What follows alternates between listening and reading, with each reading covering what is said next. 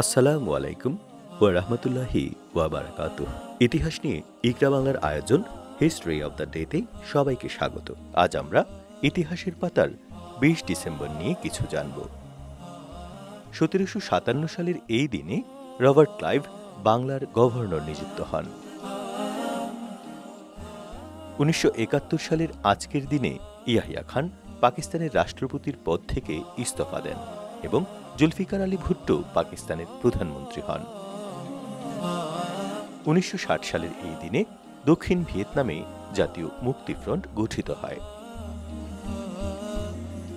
১৯৮৩ সালের এই দিনে পিএলও চেয়ারম্যান ইয়াসিন আরাফাত এবং ৪,০০০ অনুগতরা লেবানন ত্যাগ করেন।